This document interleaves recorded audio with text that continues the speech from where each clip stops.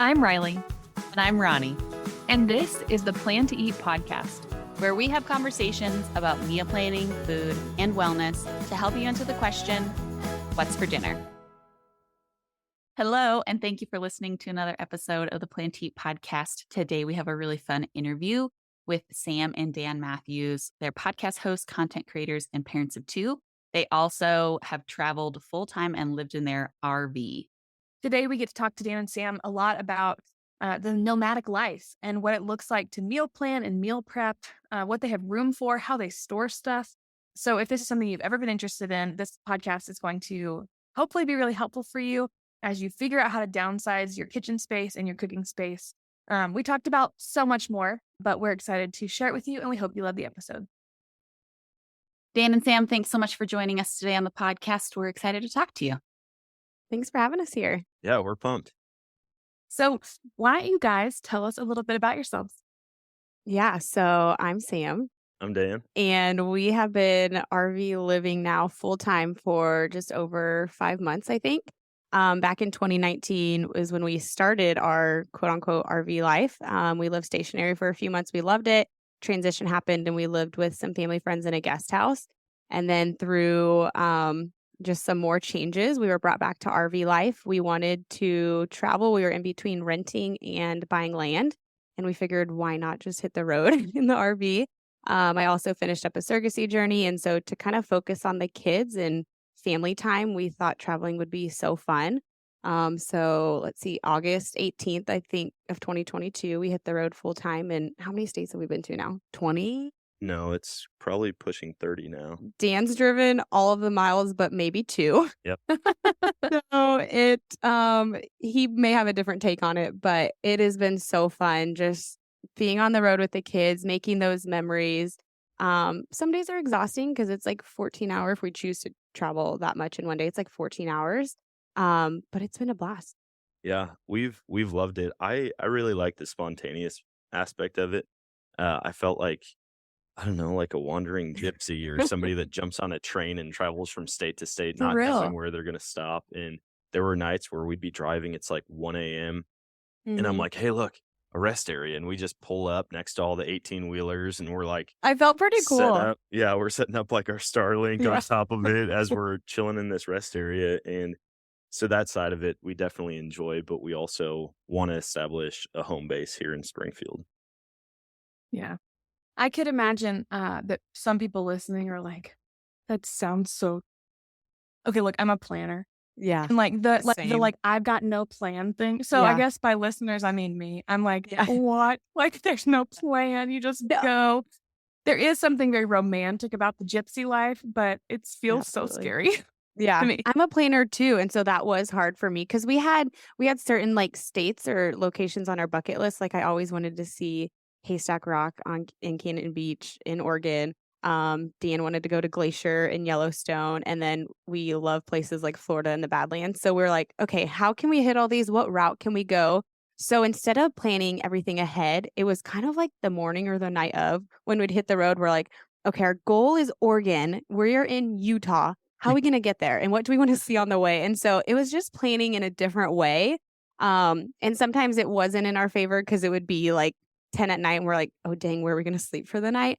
But for the most part, I was able to just calm my anxiety of lack of planning and just live in the moment and, stay wherever we ended up. I feel like we'll go back to that at some point. We'll be like, you know what, let's just take a month and go Yeah. travel wherever we Or decide maybe to without in the kids. moment. But doing that for 5 months definitely takes its toll. And we wanted to see so much that even with that amount of time, it's difficult. So there Yeah. were times we'd go to like Yellowstone and we'd spend 1 day in Yellowstone, which if anybody's been there, you could spend 3 weeks there and not see it all. And so we got little glimpses of things here and there. But as a whole, I think we're going to slow it If down. we on that if front. we give anyone a piece of advice, it would spend at least a week in one area at one time, not a day, because we Yep. were in a different state every day sometimes, but it was fun. That's crazy. What was the thing that made you guys decide to uproot your life and just live in an RV? Like I said, it was a perfect transition from we were renting and our owners needed to sell their property. And we were also finishing up a surrogacy journey. And we're like, what a great way to just switch from in a surrogacy journey. I don't bring the baby home, and our kids are 4 and 6 years old, and they've never remembered, or like oldest, my son, he doesn't remember bringing home a baby and having a sibling. But we wanted something to kind of get their mind off of the thought of, oh, mom had a baby in her belly, the baby's not coming home with us. So instead, to focus on traveling, like we get to go to the beach, we get to go to the mountains. And then it just so happened with the way things worked out with us needing to find a new place to live, that RV life just made sense with And that transition. and I think it also went back to about a year and a half ago. We competed in a TV show where we renovated a van, another team renovated an RV, another team renovated a school bus, all in Yeah. 5 days. And meeting all of those people that live the nomadic lifestyle, they're like traveling the country in their van. And they're like, oh, I don't know, I'm probably going to go down to the desert for the next 3 months and hang out there and probably meet up at this music festival. And we remember talking about that one night during the competition. We got like 5 hours of sleep all week, but Yeah. we'd go and lay in bed and we're like, man, these people, they just go They wherever they seem so want. happy too. They're not tied down, and they love life, and the adventures and the stories that they came away with are awesome. And so I think that's been in the back of our mind ever since we got to that point, Yeah. or ever since we competed. And so We it just seemed like wanted a to good experience transition. it. And we loved, like I said, living stationary at the time in 2019. It worked perfect for us. But I always wanted to see, and maybe that's the stubborn part of me of just like, I need to experience it. I always wanted to experience full-time RV life because you see people doing it, and anything you see online, you're like, oh, this looks great. This looks so fun. Like they seem like they have the best life. So we're like, why not experience it and try it out for ourselves? So it was one of those things that we always wanted to do. So we're like, this is the perfect time to just make it happen Might as finally. well. We could do it when we're 70, but might as well do it in our 30s. Yeah. Sometimes we feel like 30-year-old snowbirds that live in the north all summer Right. and then Go down in to the south all Florida. winter. So I know something about you guys, but it's like a distance. It's like this, like, I don't know if you lived in a school bus or you Yeah. did, or you were gonna, that connects to this too. 'Cause Yes, this it is not does. just like, So yeah, go ahead. we bought a school bus, and it wasn't. It was in 2017. Dan was at work and he called me up. He's like, "Can we buy a school bus?" I'm like, "Wait, what?" I should have been working. I was on Craigslist though, or Facebook Marketplace or something, and the school bus popped up, and it said that it ran, and I was like, I could turn this into 1,000 cool things. Like, I don't know which direction I want to go, but I called her. I said, hey, do we have enough money to buy this school bus? And she's like, I mean, At the yeah, time, I we could. did not. I think we She's took like, out like a small personal loan. It was 1,800, so wasn't a ton, but we didn't have just random money sitting around buying a bus. no. So But so called we the bank up. started gutting the whole thing, and then we had every intention of turning it into an RV, traveling around in this old school Yeah, we were bus. just like going camping with friends and family in it. Yeah, but then at that point, I got a job offer out in Colorado. Yeah. So instead of living on 230 acres and having plenty of room to renovate and my tools all over, we moved into a 900 square foot apartment with barely Took a enough pay room to cut park a and small car. I mean, everybody was like oh mirror yeah. to mirror in that parking lot. And so we had to get rid of the school bus. But That's that was cool. always something we wanted to do. Yeah, and that's kind of, I guess, where our tiny living started was the school bus. And then obviously I had to get rid of it and move to Colorado. And then the next time I was looking on Facebook Marketplace and again watching everyone on Instagram live their RV life, renovate, and I'm like, we never finished renovating the bus. Like, why don't we renovate the RV? So we made it happen. So ultimately, this is just kind of who you guys are. Like, this is Yeah. it's just built into you guys. Started with a school bus. Yeah. If you had asked me, though, I don't think I would have ever said, like, yeah, I'm down for that. I'm going to live in a small space traveling the Mhm. country. For me, I always wanted to, have a big chunk of land where we could adventure on our own property. And then once I realized that we could basically have access to millions of acres Mhm. all over the country of public land that we could go and hike and bike and see waterfalls and paddleboard or whatever you want to do, you can do it. Yeah. All you have to do is be more mobile. And so once we realized that, I mean, that was the big draw. I don't Yeah. think our friends and family are too shocked at our life now. I feel like ever since we've gotten married, we have these random kind of spur of the moment decisions, like who just buys a school bus? Who moves their 2 kids into a small RV? When we first lived in it, everyone's like, "Oh, I'm so sorry. Like, you'll find a place. Like, surely someone has a room you can Oh, rent." they And we're felt like, bad. They were they felt pitying us hard. like, no, like we chose RV life. RV life didn't choose us. We chose it. And then whenever we decided to hit the road full time, they're like, all right, sounds good. See you when you get back in town. So it's definitely a part of our life to be very spontaneous and nomadic and adventurous, and just like we think through things, but also adventure is like the number one We just don't decision. take as much time to think through things. That's the difference. We think through it, but it's like 5 minutes. Yes, we're We're doing like, it. you good? I'm good. Sweet, let's do it. If I called your mom today and said that we were buying a giraffe and a rhino and starting a zoo, she'd be like, "Oh, okay, cool. Like that's not that far off from your guys' lifestyle." Hopefully That's not. awesome. Oh, where's your favorite place in the US you guys have traveled to? Ooh, I think we have 2 different places. You go. No, you go first. Florida. I love the beach. And this last time especially, we went before RV life, we would go and we started out staying in a motel because it was cheaper. Then we like worked our way up to a nice fancy hotel. I mean, Margaritaville Hotel right off of Anna Maria Island. And then this last time we stayed at a RV resort that was a block away, like right across the bridge from Anna Maria Island. And that's where we love to travel. And we hopped on our e-bikes every day and rode across the beach. And it was so fun. There was one day when it just downpoured and we're cruising on our e-bikes. Look, Dan's looking back at Soaking me, wet. soaking wet, but we're like grinning ear to ear. Like this is the best moment. This is I am living. dripping wet. My new leather shoes I just got are destroyed from the rain, but I'm like living my best life.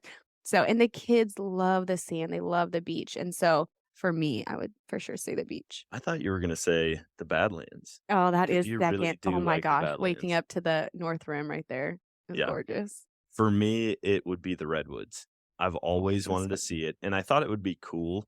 But if you had asked me before I had been to any of these places, I would have been like, Glacier is going to be my number one. Like, it's going to be the coolest place I've ever been. And then we got to the Redwoods in Northern California, and it blew my mind. I mean, we're parked in an RV, this giant vehicle that everywhere I drive, I feel huge compared Yeah. to everyone else. And you get there and you just feel so small. And there's 100-foot or several 100-foot Yeah. tall trees that are wider than the RV. I mean, it really felt like we entered Jurassic Park for a Yeah. second. I mean, it was a different world. Not to mention the huge herd of elk that we encountered Oh, upon entering I had the one national that park. did not like me very much. It came after me. I Yeah. had to hide behind The someone's cow car did quick. not. So Well, that sounds amazing. I love Florida. I love the beach. I haven't been, sorry. I haven't been to the Redwoods, but Yeah, I would really love to. It's on my it was list. fun. it's definitely spend liked it spend like too. a week there because there's so much to see, and you're right on the coast. Mhm. And so not only could you be standing next to a tree the size of a house, but you could be looking out. And apparently, certain times of year, orcas will visit the coast. And that's like We're gonna have one to of the go top back on things the on my coast bucket again. list. I want to see a killer whale just like cruising right along We the saw in beach. Alaska. No, we never saw. What was the big whale we saw? That was a gray whale. Oh, my bad. At this point in the conversation, I know people are wondering, how does Yeah. this relate to Plan to Eat? So we get a ton of people who contact us, and by a ton, I mean it feels like a ton, but it's not Hey. a lot. I know that the RV life, the small living life, is not Mhm. the nomadic living life is not like a Yeah. huge percentage of the population, but we have a ton of people who contact us and ask us like, okay, I live in my boat for the summer, or Mhm. they're a snowbird and they live in a small place for the winter, or we've got RVers, we've got just people who camp long term, things like that, off grid, and they Yeah. want to know, how do I plan for this? Yeah. And so we thought we'd pull in some experts because we are not experts on the nomad life. So let's get started with, what's the food storage situation like in your RV? And kind of how do you Yes. plan for that? Yeah, the lack thereof, I'd like to say. Dan and I have actually gotten to a few conversations like, why are you buying 10 boxes of cereal? And why are you like, we don't have room, but then again, you do have somewhat of storage. And so I think we have a total of we have like 2 cabinets. One's for like dishes and stuff, one's for food, and then we have a skinny mini pantry, but it goes pretty deep, like the depth of our fridge. And then obviously an RV fridge, which is half the size, if not less, than a residential fridge. And so you do have to kind of get creative with your storage, but in the way you shop and meal plan, you can make it work. And so whether you're buying things in bulk because it's cheaper or you don't want to run out, like that's that's what happened with me. We were going up north for Thanksgiving and it always snows up there. And I'm like, I'm not gonna run to the store every week to get a new box of cereal. Like it's all I have it right now. We can fit 10 boxes in here. And the kids eat it every morning and I eat my protein cereal every morning. And so why not just buy it now? So there's certain things you can bulk buy, but yeah, the storage is definitely something to work around. I feel like staying organized with it is the key. I Yeah. mean, like you put all your chips in one spot, your granola bar, your spices, and you just have to do it on a smaller scale. But Yeah. there's times like once we actually go through all of our groceries, we bring them home and we put them in their spot. I almost feel like I'm on Cribs, when you used to like walk in their house and they open their fridge and everything's perfectly I mean, like yeah. divided up. And so, I mean, the kids know what pantry Mhm. drawer has all of their granola bars for Yeah, their their morning or their snacks. applesauce pouches. We know right where all of our food is. And so it's not like you're having to look for anything. Everything's I mean, you could stand in one spot in the kitchen and grab every piece of food that we have because you have such a small space. That's But true. if you stay organized, even with a small amount of space, you can make it work. Yeah, and I'm sure we'll get into this, but with that, with the smaller space, you have to kind of be creative. So you can't when you're shopping on your own, and especially the days where I, don't have my list with me or whatever, I will just pick up random things like, "Ooh, this looks good. This looks good." The kids are with you; they want Oreos, they want these cookies or whatever. You're buying all these random things. Well, in an RV, you don't have the space for it. You have to buy like real strategically what's on your menu, like what are you planning for the week. Otherwise, we just throw stuff in our shower, which becomes a storage space whenever we're parked, oddly enough. And so, yeah, you don't have a ton of extra space to just buy random things. You have to stay a little focused and organized. How often do you guys go to the grocery store to like replenish everything that you have?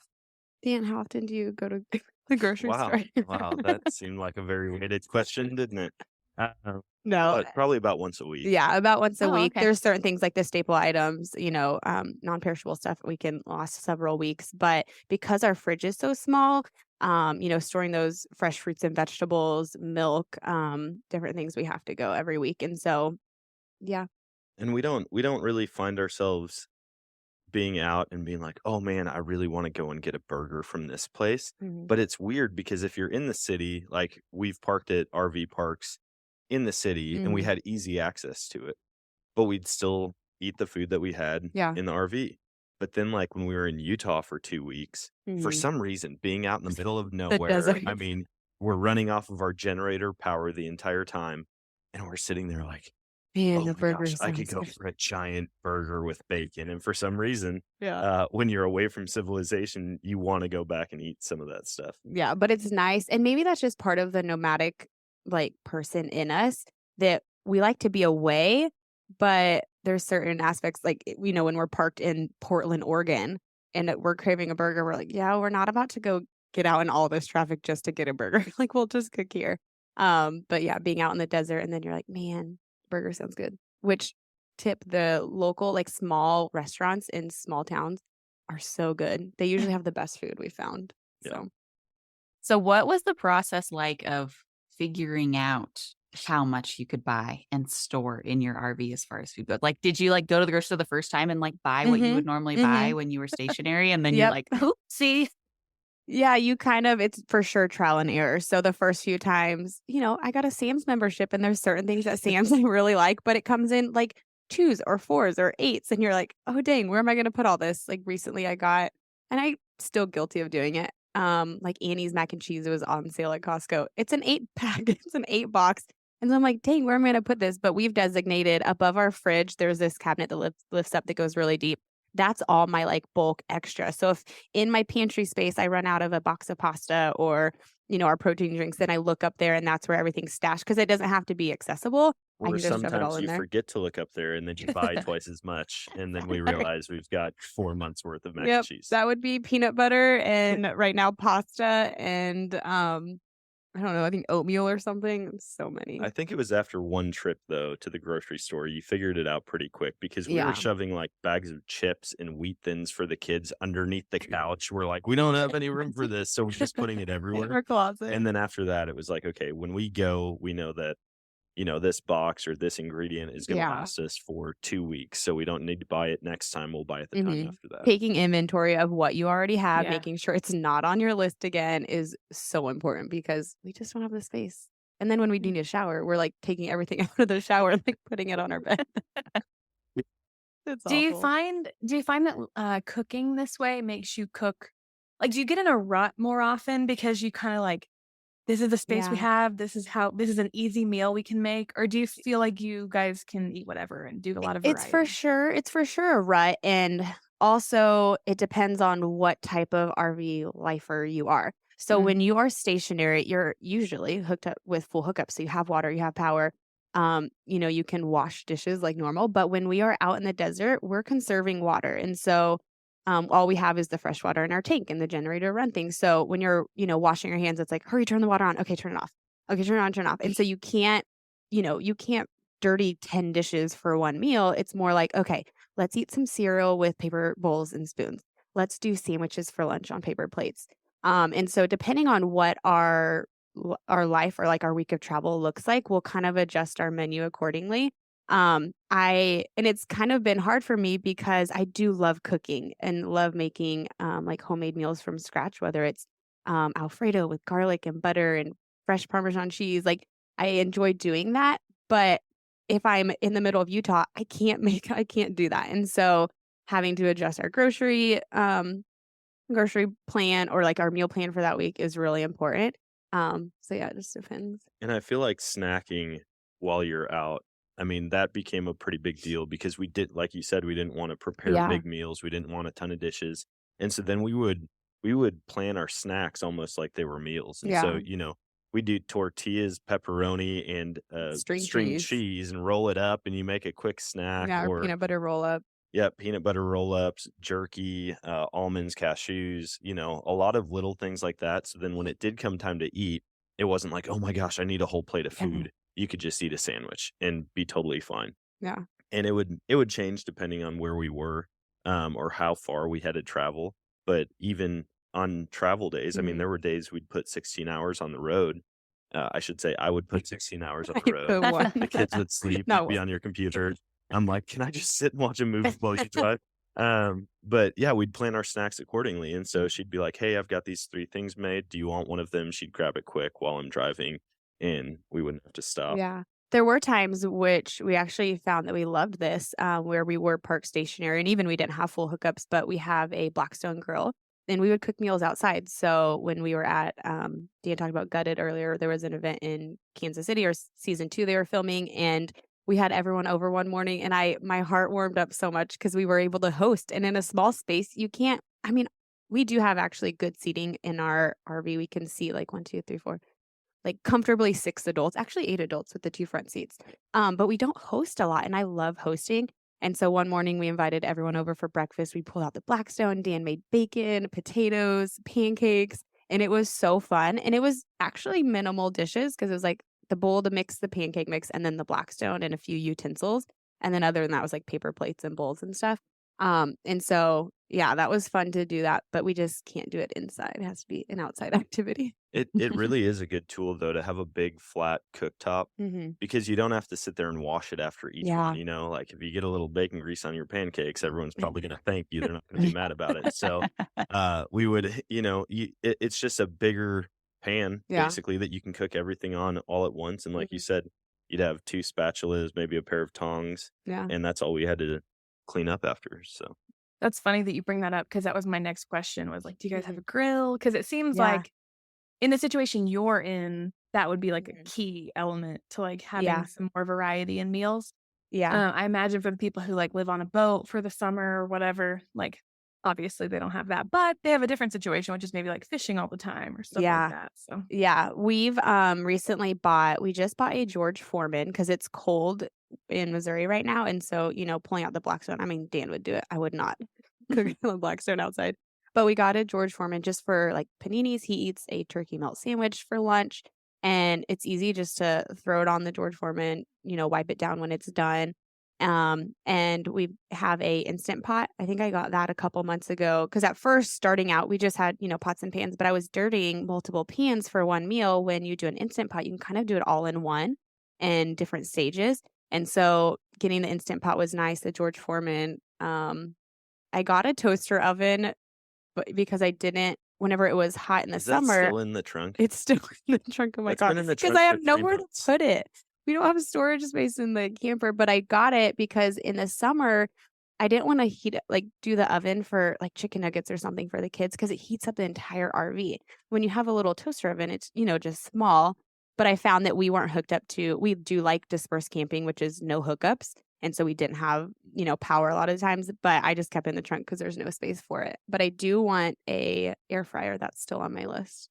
But having those nice appliances is really helpful. Less dishes. Yeah, and honestly, I mean, you can get away from the traditional cooking if you do have power or a backup source.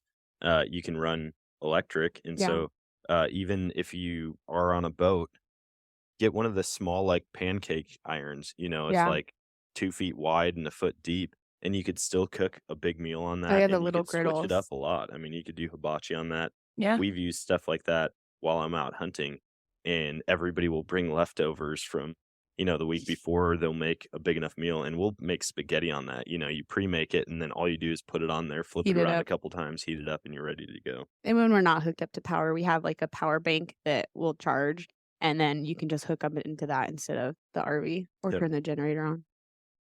Yes. So, Dan, you're a pretty avid hunter. You even run your own hunting podcast, right? Yeah. What do you do during hunting season when you potentially like get a large game animal or something, but you only have a little tiny Yeah. fridge? That was all year, basically, Dan. All year we've been making trips. I mean, because we're in the center of the US, like where we're Our home base, wanting to, Missouri. we kind of call it home base. Her family's here, so we'll stop in, say hi to everybody. We've got a lot of friends here, and so I've got a big chest freezer at one of my friend's house, and so we'll come through. I'll drop off a deer or an elk or whatever I have, and I'll just drop it off in the freezer, and then we'll kind of replenish our frozen meat supply when we come back through. Yeah. And so about half the freezer, I would say, almost is taken up Yeah. with wild game meat. And then once we run low, we know we've got to make a stop back here, or very rarely do we stop and like buy beef at the store. But if we were out, we would just have to do that, I guess. We do have a portable freezer that goes down to like 0 degrees. And so that's nice if we're ever transporting meat from one state to another. We can just put it in there because it does not fit in our small RV freezer. But we have that if we ever need. Yep. Let's see. What else? Like, what's your like favorite thing about RV life? Like, what? And this doesn't have to be food related. Like, Yeah. it could be. I mean, But I love food. yeah, then tell me your favorite food related thing. But And as a mom, it's like I feel like my whole life revolves around food because every few minutes it gets, I'm hungry, I want a snack. Oh yeah. But what's our favorite meal that we've cooked in the RV? I would probably say the day we had everyone over for pancakes, bacon, and breakfast potatoes. I could eat breakfast food, breakfast, lunch, and dinner. Yeah. It's the best meal of the day. I don't know if it was part of it hosting and just having everyone there, or if it was the food itself. Probably a combination of both. We've liked recently doing elk steaks. So Dan got an elk in Colorado. And at night we'll have elk steaks and broccoli, and super easy to make, salt, pepper, and then steak seasoning. And we use the George Foreman. Boil some broccoli either on the stove or put the bag in the microwave. And that's a really good meal. Yeah. I think my favorite meal to make when I'm hosting people is Philly cheesesteaks. Oh yeah. I love making Philly cheesesteaks on the Blackstone, and there's something about it. Like I Dan very doesn't rarely cook. cook. If I'm outside, I will cook every meal. Maybe we just need to plan more Blackstone grill meals, and That's then probably Dan will why you cook. like being in Florida, because it's warm enough for me to cook Yeah. outside all the time. For real, we just need to go back to Florida. We'd all be happier. I Yeah, mean, honestly- there is something really special about, like, I love to go camping, and just Yeah. camping food tastes better. Yeah. Like cooking it outside, being Mhm. together, like all of that. I think it's like 50% situational and 50% the food, Yeah. like, and who you're with. So maybe not 50-50. Okay. But I think all plays into it. Food tastes better when you're with people that you love. I feel like I can get more creative too in these season of, and maybe this is my seasonal depression coming out, but in when it's cold and you have like I have no motivation to cook and wash clean dishes in the freezing water. Like, I would much rather be in Florida making some, like, fresh pineapple salsa or, like, teriyaki chicken on the grill, sandwiches or something. Like, that for me is sounds so See, fun. this is where we're a divided home or a divided RV, I guess, because I love when it's cold and we Mhm. do like when you do zuppa Toscana. Oh, yeah, Oh my with gosh, soup. it's like cold and it's just a hot soup I on need a to add that to cold the menu. day. And then the other thing is chili and grilled cheese. Oh my gosh, or chili and peanut butter sandwiches. Oh, on Which a is so good. cold day. I know it sounds weird. I It's so I good, though. would have called everyone's bluff on that, and then I tried it and it's great. But I love being in the cold and then yeah, coming home to we don't drink coffee. So like No. hot chocolate I mean, I did or drink like a coffee really this hot summer. soup is awesome. What we found too, Dan's talking about all these soups, and now I feel like I have to put them on the menu. But what we found too, because we have a lack of space and storage for all these ingredients, I kind of have to have like multiple uses for things. So if we do, elk steaks and we thaw a bunch of elk steaks out, okay, we're gonna have elk steak for dinner, but maybe in the morning we can do like steak and eggs, or for lunch we could do like steak burritos, throw some peppers on the grill because you're using the same ingredient for multiple things instead of a recipe. And that's why I'm like, I have to plan so carefully because if I do this, if I plan a week worth of meals and every meal has a different type of meat and every meal has a different ingredient, well, I don't have space for all of that. And so when I'm able to plan and be like, okay, I'm going to go to like ground, venison or elk because that's what we use most of the time. If I have elk steak, then I can plan it for multiple meals instead of having to have, ground sausage and ground turkey and chicken breast and ground, beef. And But it's good so, because you're like the MacGyver of the culinary world. I feel oh, like I feel like if I was on Chopped, I would totally win. And maybe it comes from my mom was a single mom, and so growing up, she's an amazing cook, but she would create an amazing meal with, like, 4 ingredients, and so whenever I watch Chop and they're like, "Here's some pineapple slices, also some Dr. Pepper, and a whole jar of garlic cloves." I'm like, "What are you gonna make with that?" But then I just get in this, like it makes me excited, like, it's a challenge of, what can I make?" Or if we have brown rice and peppers. I'm like, what am I gonna make with brown rice and peppers? So then I just go to Pinterest and I like look up a recipe. I'm like, ooh, this one looks good. And you end up trying something you've never tried before and either really liking it or you just kind of put a spin on it and make it your own and then you end up liking it. And so yeah, you have to kind of be creative, but also plan well to use the same ingredient for multiple things where you don't get bored of it. Cause I mean, we do meal prep a lot and we'll eat, elk steak and broccoli multiple times a night just because it's easy. You don't have to think about it. We know how to make it, we know how to clean, and but whenever I have to put thought into it, it makes it a little bit less enjoyable.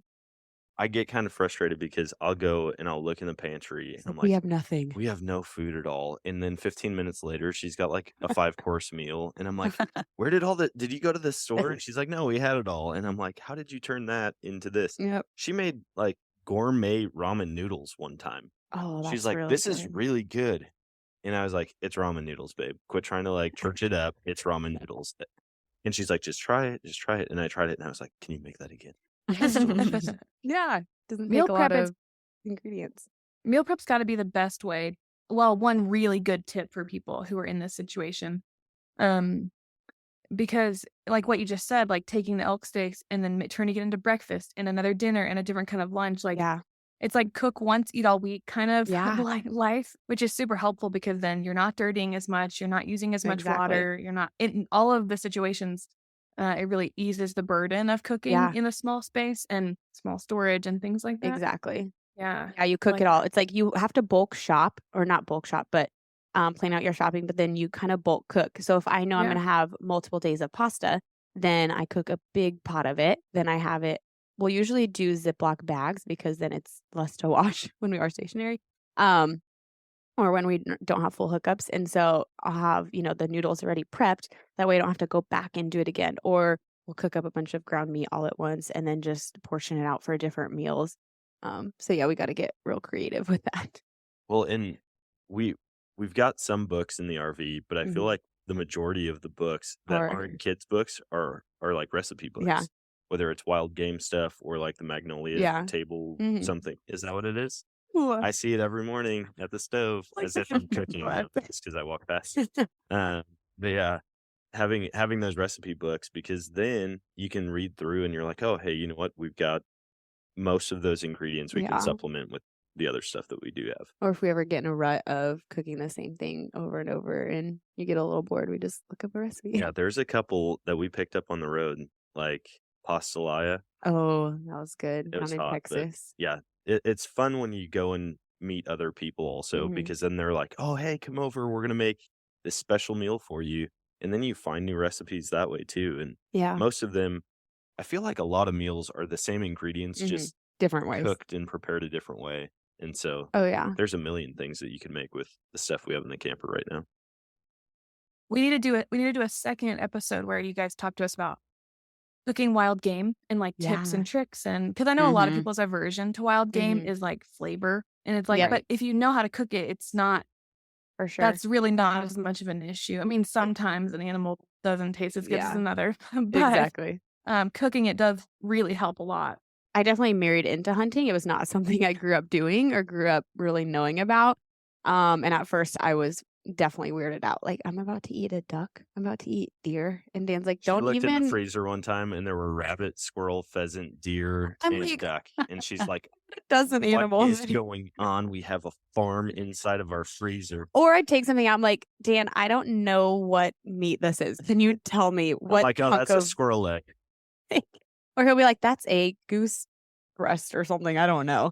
And yeah, figuring out how I was going to cook it was so hard. It was like daunting to me at first, but he has a few wild game recipe books. And I always told myself, or at the beginning, I told myself, I'm going to make this meat like 4 different ways because I could make it one way, Riley, like you said, and you taste it and you're like, this is awful. It tastes so bad. Because of the ingredients you use, it took out that gamey taste. But if I cooked it this way, it actually masked it a little bit. I can't even say that word. Masked. Masked. It like masks it, hides it a little bit. And so I think duck was the first thing that I tried, and I made like duck nuggets. I made like barbecue pulled duck, and then I did like a garlic seared pan seared duck before. And I found which way I liked the best. And so being creative and trying different things was really fun, but so that I didn't just taste one bite and I was like, I'm done. Yeah, and you can either experiment with that stuff or you can get a good recipe book because Yeah. most wild game people have an aversion to it because it hasn't been cooked right. Mhm. Like if you cook a venison steak well done and you dip it in teriyaki sauce, it will be It's the yeah, most disgusting thing you've ever had. but you do medium rare You do with medium rare or steak you seasoning. or you put it in the Instapot and you shred it and put it in breakfast quesadillas. Yeah, Like there's so that's many good different things too. that you can do.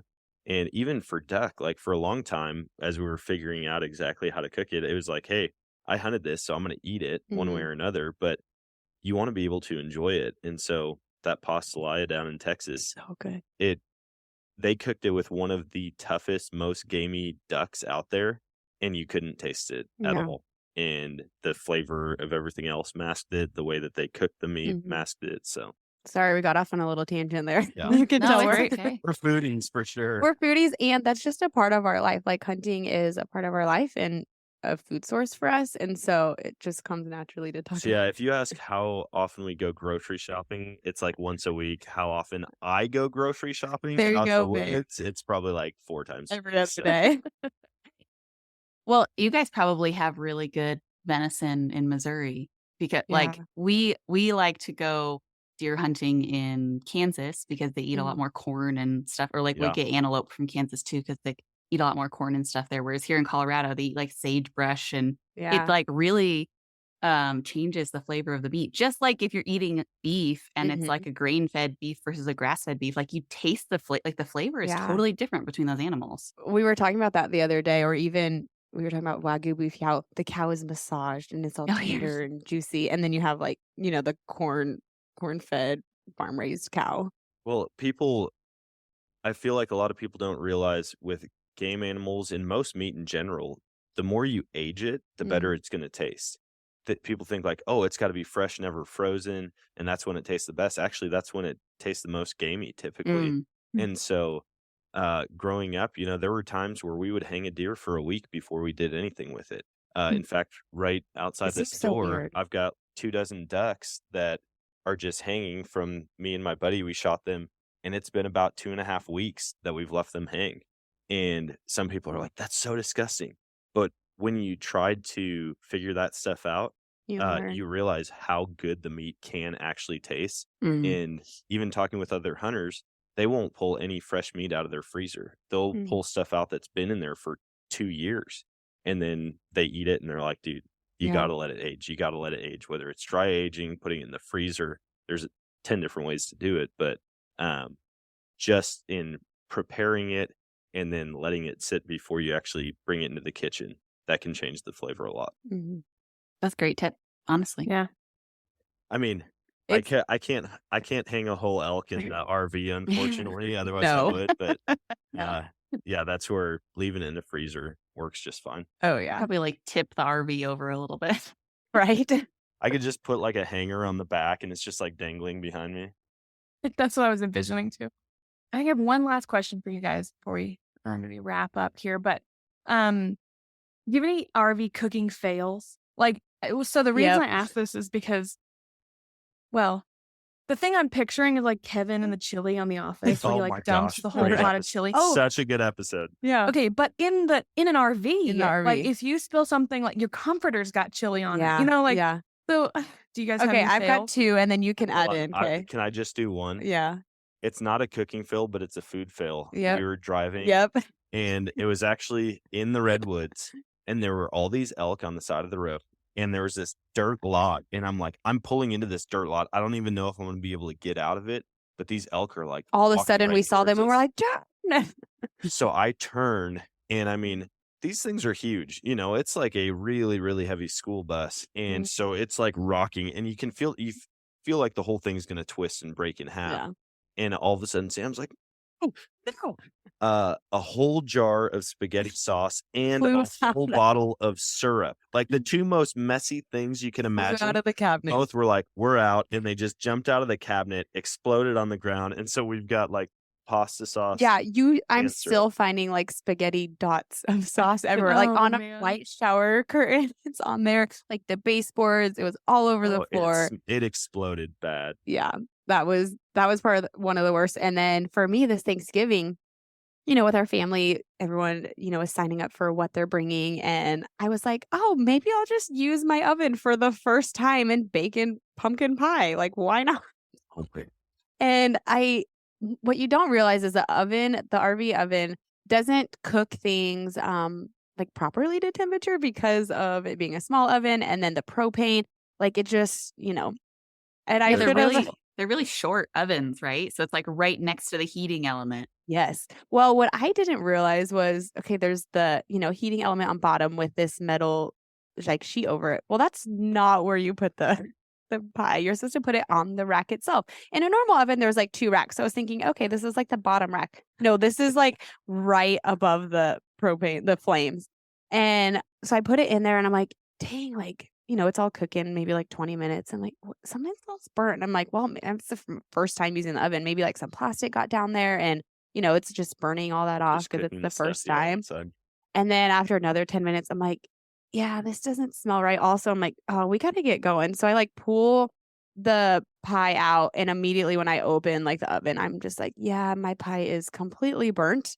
Also, it is nowhere near done. Like it's still It liquid was burnt and soup at the all same at time, once. however you can have it. So smoke is in the RV and we set the pie on the picnic table. At this point, we're late for our Thanksgiving dinner. I'm like, we'll just stop by Walmart and get a pre-made pie, which I looked for, the ones in the bakery that are all done and boxed up and ready for you. I looked for it whenever I was grocery shopping, but I couldn't find it, so I grabbed the oven one. I should not have. So fail for sure. It was funny though. Yeah. It's Smoked fun pumpkin trying. pie. Yes. It's a Smoky. bummer too, because I'm a pie. Like, as much as I like food, dessert is where it's at for me. Yeah. Which I can't buy many desserts because we don't have storage space for it. So Dan just loses out. It's unfortunate. Well, do you guys, before we finish, I want to hear just a little bit about how this transition happened with your kids. So like your Yeah. kids are kind of like early school age. So did you start Mhm. homeschooling them? Or what was that Yeah. process like? Yeah, because we were hitting the road, we obviously were traveling and not living stationary. Homeschool made the most sense. And then just with stuff in the world going on right now, and we're like, why not? I was never against homeschooling. Dan and I both were public schooled, and we loved it. But with us traveling, it's like, why not? And they're kindergarten. Ember's technically still preschool, and so at that age, it's more creative. They're experiencing things on a daily basis. When we're going to these national parks, we're teaching them things, about nature and the animals and the habitat. And then they're doing their little junior ranger badge booklets. And so they're learning constantly. And so it seemed like something that was very doable for us and very manageable. Homeschooling was about, an hour a day. And so they learned a lot just from us traveling and experiencing. And then we just supplemented with the curriculum of, some math and then literature or what am I looking? Reading, writing. There's another word for it. The science one The science we connected to, like we learned about the desert when we were in Utah and the evergreen redwoods, trees when we yeah. were in the redwoods. And so we kind of tied it in and they loved it and it was very adventurous. But then with the nomadic life, it was hard. And with us traveling, we work from home and then schooling the children. It was hard with our schedule. And so we've sensed we're settling down in one place for a little bit. We're still traveling every couple weeks, but we're like, if we're in one place, we might as well get them just enrolled back into school. And they were so excited. So this week, actually, they are 2 days They were Few probably days like, back. Mom and Dad, you guys are terrible at teaching us. You suck. We need to go back. But they loved it and we loved it's their old school they were at. They love the teachers and I think it's best for them and for us just with managing life and work in this season. When we're driving down the road in the RV, Dan is completely, focused on driving. And if it's a 12-hour day, there were days where I was getting car sick. And if I'm up front, I can't be turning around every 5 seconds or like sit back there with him and be like, let's do our school for the day. And here's your math sheet. Also, the way the RV was structured, we can't really hear them. So I would give them like different math sheets and then they'd be asking me a question. I'm like, I just can't hear you. And so it proved to just be too difficult for us. But our kids are we always say resilient and flexible, like no matter, living in the RV multiple times or living in a friend's guest house and then traveling and then living stationary, they just are like, all right, what's next? Where are we going? What are we doing? I think they've adapted to our lifestyle really well and they enjoy it because, we're like, we're going on a road trip and they're like, yeah, where are we going? We're like, we're going to the beach. Yeah, they get so excited. So it's been fun for them. And on the education side of it, there's a lot of really good apps out there too. Yeah. So I know they make tablets just for learning, but we got them iPads, and Mhm. so like getting the Homer app, they really like Yeah. that one. They can stream and watch shows, but then they can also do like educational Yeah, stuff so like for it. Netflix has a show called Number Blocks, and I'm a nervous wreck thinking that I'm responsible for educating my children. 100%. I was like, I did not care for school at all. Yeah. And then one day, Canyon, before we even started homeschooling, he's like, Dad, could you do some numbers to me? And I was like, okay, what's 3 plus 5? And he's like, come on, Dad, that's too easy. And I'm like, oh, I didn't know that was too easy for you. I'm like, what's 15 plus 10? He's like, Dad, that's too easy. And I'm like, dude, Yeah. I don't even know if you've ever taken a math class, Yeah. but he He's watches preschool this at this number time. block show all the time. And so I was like, all right, dude, you're going to push this. And He's then like, you're going to be like, I have no idea. So I was like, what's 293 plus 715? And he just stops. He doesn't say like, that's too hard. He just sits there and in the air, he's just He's pointing. like, And then he comes back with the number. And I'm like, you're kidding me. There's no way.